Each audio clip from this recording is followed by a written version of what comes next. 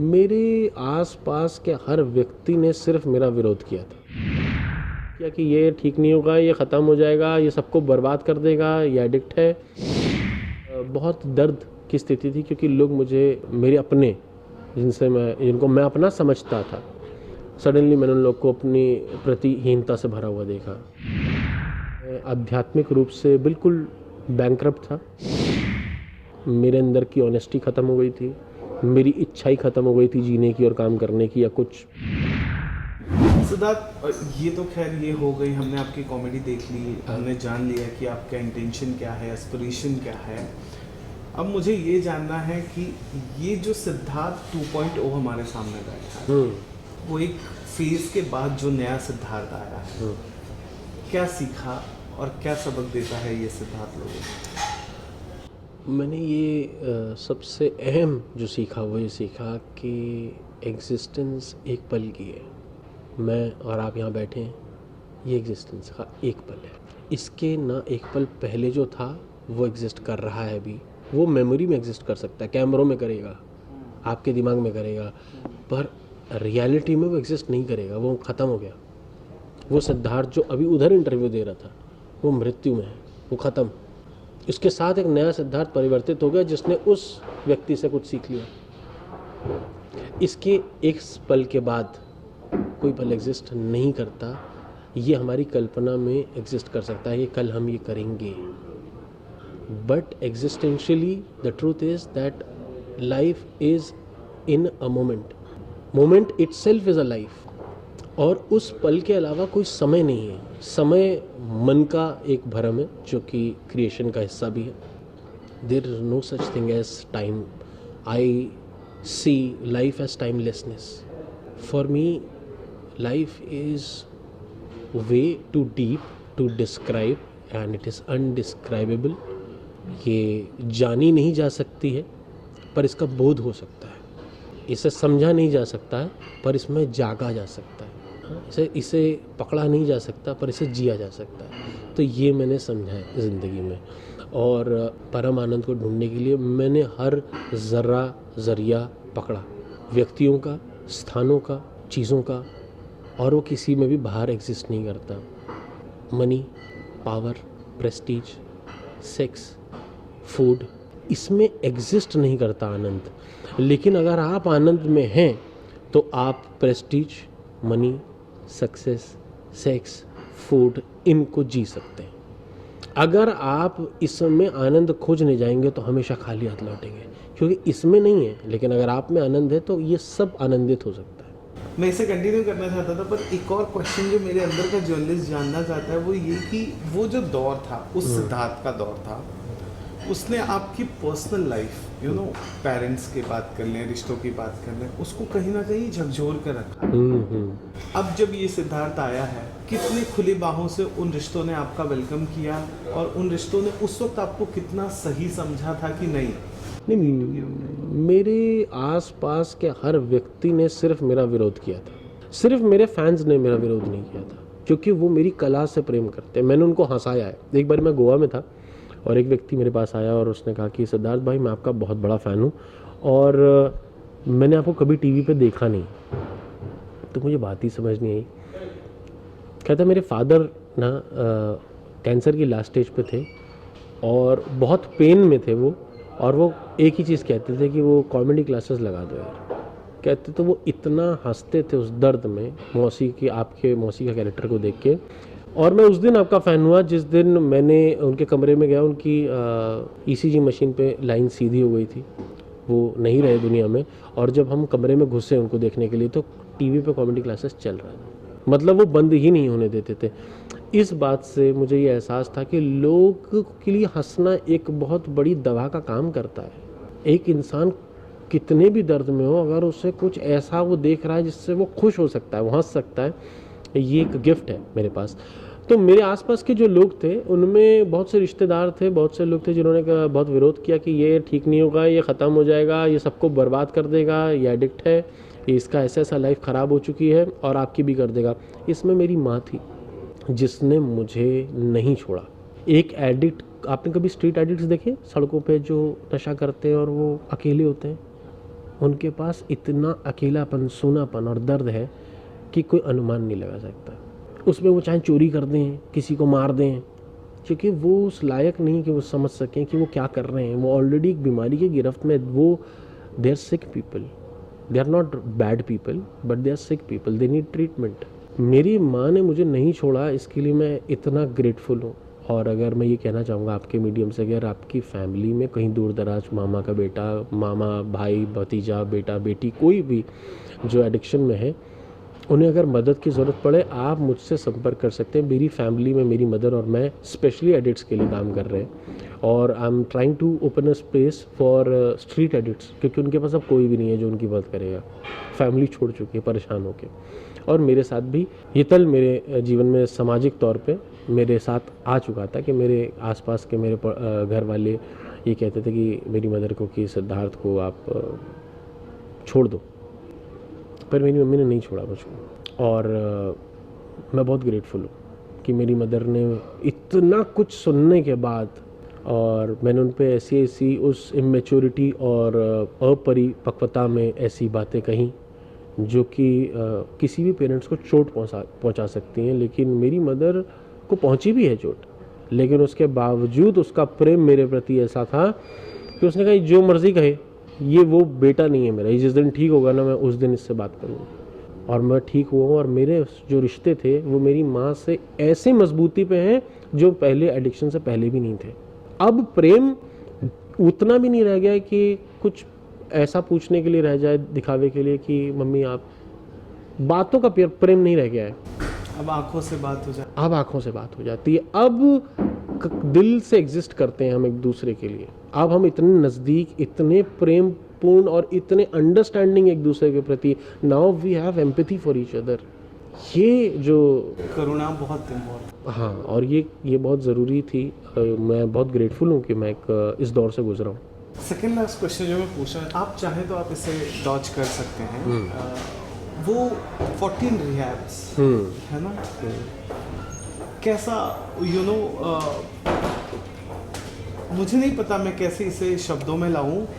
Was it painful, was it lonelyful, was it speechless, was it nothingness, क्या था वो जो वो प्रोसेस जो होता था, किसकी याद आती थी सबसे ज़्यादा, और क्या रियलाइज होता? यार बहुत कुछ होता था। मतलब वो 12-14 रिहैब तो ऐसे थे कि जीना मुहाल हो गया था यार। एक किसी इंसान को मारना है ना, तो एक ही तरीका है कि आप उसे कैद कर दो, आप उसे जीते जी मार दोगे, और कोई तरीका नहीं है। अब बात यह है कि रिहैब की कैद तो एक कैद है, उससे बड़ी दूसरी कैद है कि मैं चलते फिरते सिवाय नशे के और कुछ सोच ही नहीं पाता था। उठ रहा हूँ तो नशे का विचार है, काम कर रहा हूँ तो नशे का विचार है, नहीं कर रहा हूँ तो नशे का विचार है, खुश हो गया हूँ तो सोच रहा हूँ नशा कर लेता हूँ। जब भी है एक लूप पे सब्सटेंस मेरे अंदर भागता है, आप समझ रहे हो। एक तो ये था, और बहुत दर्द की स्थिति थी, क्योंकि लोग मुझे, मेरे अपने जिनको मैं अपना समझता था, सडनली मैंने उन लोग को अपनी प्रतिहीनता से भरा हुआ देखा, आंखें उनकी बदलती हुई देखी, और मैं शर्मिंदा महसूस करने लगा, क्योंकि मैं बोलता था कि मैं नहीं करूँगा, और मैं शाम तक फिर नशा कर लेता था। एक प्रॉब्लम थी मुझे, एक बीमारी थी जो ऑब्सेशन और कंपल्शन से भरी हुई थी, और मैं आध्यात्मिक रूप से बिल्कुल बैंकरप्ट था। मेरे अंदर की ऑनेस्टी ख़त्म हो गई थी, मेरा बंद दिमाग हो चुका था, मेरी इच्छा ही ख़त्म हो गई थी जीने की और काम करने की या कुछ ठीक होने की। मैं ब्लेम करने लगा था कि इसने शायद मुझे बर्बाद कर दिया है, इसकी वजह से हो गया, शायद उसकी वजह से। उंगलियां जा ही नहीं रही थी। पर पहली बार मेरे जीवन में ध्यान की घटना घटी। मैं अपने घर में ही था और मेरे जीवन में ध्यान घटा, और पहली बार सारा ध्यान मेरा अपने ऊपर चला गया। उस दिन मुझे दिखा कि मैं कैसे भंडार में हूँ। मेरे अपने मन ने मुझे सबसे ज़्यादा धोखा दिया, सबसे ज़्यादा छलावा मेरे ही दिमाग ने मेरे से किया। मैंने ही सबसे ज़्यादा खुद को झूठ बोला और खुद को धोखा दिया। So there is nobody to blame. I was responsible for my life and I will be responsible for my life. ये जागरूकता उसके बाद, एंड मुबारक हो फॉर दिस, बट होता है कुछ रिश्ते जो हमने कमाए होते हैं और हमें लगता है कि यार इसने हाथ कैसे छोड़ दिया। कोई था इंडस्ट्री में जो उस दौरान आता था, पूछता था? राजू भाई का एक बार फ़ोन आया था मुझे, राजू श्रीवास्तव जी का कि राजू श्रीवास्तव जी का फ़ोन आया कि अरे सिद्धार्थ तुम बेटा फ़ोन भी नहीं करते, तुम बताओ तुम्हें क्या चाहिए, मैं यहाँ पे हूँ, तुम्हारा अपना घर है बेटा यहाँ पे। और मैं तब दिल्ली चला गया था क्योंकि मैं कई बार इस शहर को छोड़ के गया हूँ। भाई द वे पता नहीं आपको पता है कि नहीं, मैं इस शहर को छोड़ के भागा हूँ, है ना प्रशांत भाई। कई बार मैं भाग गया, मतलब मैंने कहा मुझे यहाँ काम नहीं करना, मुझे यहाँ नहीं जीना, पर कर्म भूमि का कुछ खेल ऐसा है कि मुझे घसीट के लाती है, करना है, हंसाना पड़ेगा। And now I have accepted the fact that I have to work. मैं इसके बिना वो पार नहीं कर सकता जो मुझे आध्यात्मिक रूप से मेरी जर्नी का हिस्सा है, क्योंकि वो इससे संबंधित है। और मैंने निर्णय लिया कि अब की बार यार अपने शोज़ बनाते हुए, अपनी चीज़ों को करते हुए और कुछ क्रिएटिव करते हुए मैं आऊँगा। और इसमें राजू श्रीवास्तव जी का बहुत योगदान था कि उनका कॉल आया। यही सपोर्ट मेरे लिए बहुत बड़ा हो गया कि कोई मुझे याद कर रहा है मेरी इतनी तबीयत ख़राब में भी। और किसी का फ़ोन नहीं आया। अर्चना पूरन सिंह जी का फ़ोन आया मुझे, ज़्यादा लोग नहीं थे, गिनती के लोग थे। अर्चना पूरन सिंह जी का फ़ोन आया कि तुझे अभी सिद्धार्थ अभी तुझे काम करना है, तो कोई बात नहीं बेटा, ये लाइफ में होता है। सो अर्चना जी ने मुझे ज़िंदगी के इस पहलू में नहीं, मैं जब बहुत छोटा था 13 साल का था तब से वो मुझे जज करते हैं बैठ के स्टेज पे। शी इज़ जज फॉर एवर, है ना।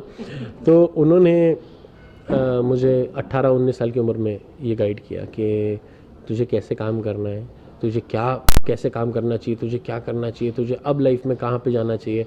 And just like a mother she guided me the way. And then Mika paaji का फ़ोन आया। तो उनका वो सिद्धू तेना कुछ भी हो मैंने दस यार, हाँ कुछ भी नहीं, इधर भरा बैठा तेरा, हाँ कोई भी हो मैं फ़ोन करी।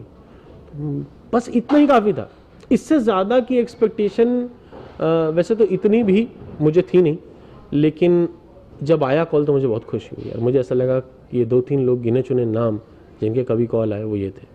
आई एम सॉरी बट मैं इस लिस्ट में कपिल को एक्सपेक्ट कर रहा था, पर कोई नहीं। नहीं, कपिल पाजी ने भी जब मैं इस जगह इस चीज़ से गुजर रहा था तो कपिल पाजी से मेरी बात हुई ना, तो कपिल पाजी ने मुझे सपोर्ट दिया कि देख सिद्धू, उन्होंने मुझे एक ऑनेस्ट सपोर्ट दिया कि इस पर कोई मदद नहीं करने वाला है तेरी, तुझे आना पड़ेगा, क्योंकि he himself was somewhere in the loop of this.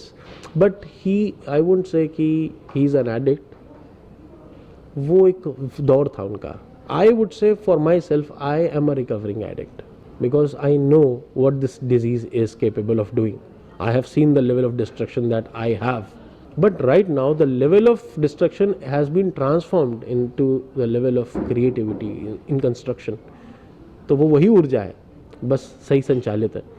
Correct. और कपिल भाई ने भी गाइड किया है इसमें, and he is an elder brother, he is a support.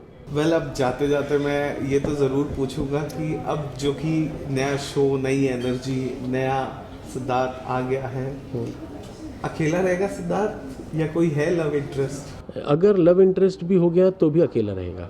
बात कुछ ऐसी है, ये लोनलीनेस वाला अकेलापन नहीं है, it's a solitude. I love to stay alone, I love to be. मैं लूँ कैसे इसे? शादी नहीं करोगी या कैसे? यार इरादा तो मेरा घर पे अफसर भाई आसर है, क्योंकि मेरे घर पे इसके कई बार अक्सर ये डिस्कशन होता है और मैं अपने माता पिता से कहता हूँ कि मुझे शादी नहीं करनी है। मैं प्रेम करता हूँ और मैं प्रेम कर सकता हूँ, और प्रेम के लिए मेरा मन हमेशा स्वतंत्रता के साथ खुला है। मतलब प्रेयसी है जिंदगी में? प्रेयसी हो सकती है, प्रेयसी का आगमन हो सकता है, पर इसका मतलब ये नहीं कि विवाह का भी होगा। विवाह एक सामाजिक व्यवस्था है और प्रेम एक बिल्कुल प्राकृतिक घटना है। तो मैं प्राकृतिक घटनाओं के लिए खुले मन से स्वतंत्रता के साथ तैयार हूँ, बट किसी भी सामाजिक बंधन गठबंधन के लिए no commitment, no type of a contract. But प्रेम के लिए स्वतंत्रता के साथ। मेरी और मेरी माँ का क्या गठबंधन है? मैं उनके कोख से जन्म ले गया, बस यही है। There is no contract. और इसमें ना उनका बस था ना आप, कोई 7 जन्मों का वादा नहीं है। आप समझ रहे हो कि मैं और तुम मोहब्बत करेंगे? मेरी मोहब्बत पता नहीं बदल जाएगी भाई। आज मैं अभी मोहब्बत कर रहा हूँ, कुछ क्षण में मैं अपने काम में होऊंगा, तब मेरी मोहब्बत जिंदा नहीं होगी उस समय। लेकिन कहीं फिर हो सकता है काम से मुझे फुर्सत मिले और एक हवा की तरह एक मोहब्बत की लहर उठेगी, यार मुझे उसकी याद आई। मोहब्बत बहुत मोमेंट्री है, इसे बांधा ही नहीं जा सकता। जो बांधने की चेष्टा कर रहा है वो अपने साथ और दूसरे के साथ सिर्फ धोखा करता है। और ये कड़वा सच है। ये कड़वा सच है। I want to be in love, I am in fact love. I want to just be free and I want people to stay free.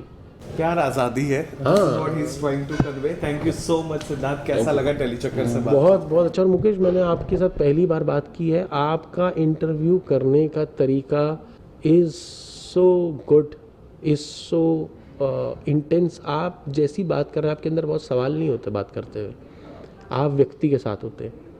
आपके साथ बात करने के लिए मुझे कोई भी समस्या नहीं आई, वरना मुझे इंटरव्यू देते हुए समस्या आती है कि मैं अपनी बात ख़त्म भी नहीं कर पाता हूँ, दूसरे के सवाल खड़े हो जाते हैं क्योंकि वो लेके आए हैं कि ये सब पूछ लेना है।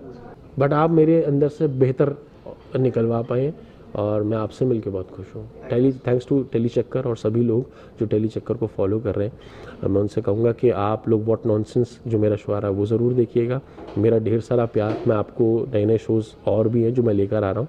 And this time I am already working for the welfare of society and I hope बहुत जल्दी मैं आपको अपने किसी नए प्रोजेक्ट के साथ भी मिलूँगा।